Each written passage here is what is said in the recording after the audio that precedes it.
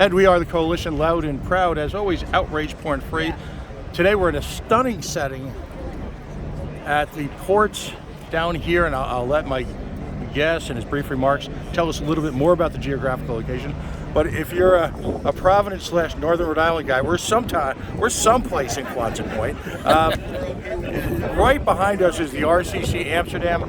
This has become quietly one of the largest ports for automobile transit on the planet. As my longtime friends and listeners know, I spent 19 years in the automobile industry, and we had to depend on trains going into a place called Air, Massachusetts, and it was a nightmare. And I wish the Ford Motor Company and its all its wisdom shipped primarily through here, because my life would have been demonstrably easier, a little less gray hair.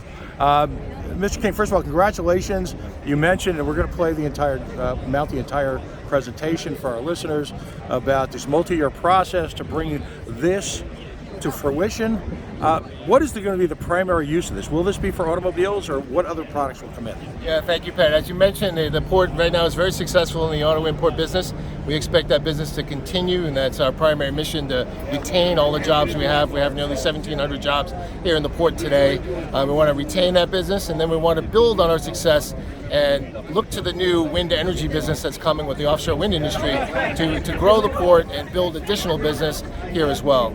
So we anticipate that we'll be able to grow another 1,200 jobs or so with the new business to come yet, and well into the future. We want to position Quonset Business Park and the Port of Davisville to be one of the primary hubs for the logistics base, if you would, for the offshore wind supply chain for construction, and then both for operations and maintenance well into the future. Now, interesting. Let's talk just briefly about the car business. The car business has obviously gone through extensive supply chain disruptions, convolutions, you could almost call it, convulsions maybe. Yeah. What impact has that had on your port here? Yeah, it's had quite a significant impact in terms of volume. Our volume has been depressed by nearly 30% in the last year, 2 years.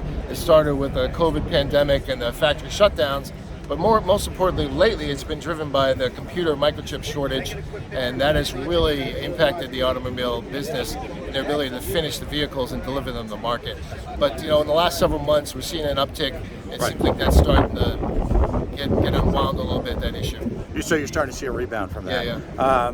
Interestingly enough, because I spent so long in the business, there are facilities in Baltimore, California, and even Hawaii that are dedicated specifically to companies involved in government, military, vehicle transport. Do you ever see anything like that happening here, given our proximity?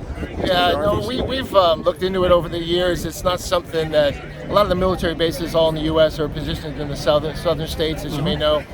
So to bring that product up here in the Northeast, it's not primary on the list, but it is something that we pay attention to and keep our eyes and ears open for opportunities, of course. Finally, when do you expect to start seeing the impact of wind power, of turbine raw materials coming in, production? When do you think you'll start to see that actually landing here on ports? So we have an agreement with Ørsted North America to berth 5 crew transfer vessels here at the seaport in Davisville. Mm-hmm. We have to make some improvements to support those vessels. We're starting that construction project here very soon, and our commitment to them is to have it completed and ready by December 31, so that they're positioned to start hopefully using it for construction in January.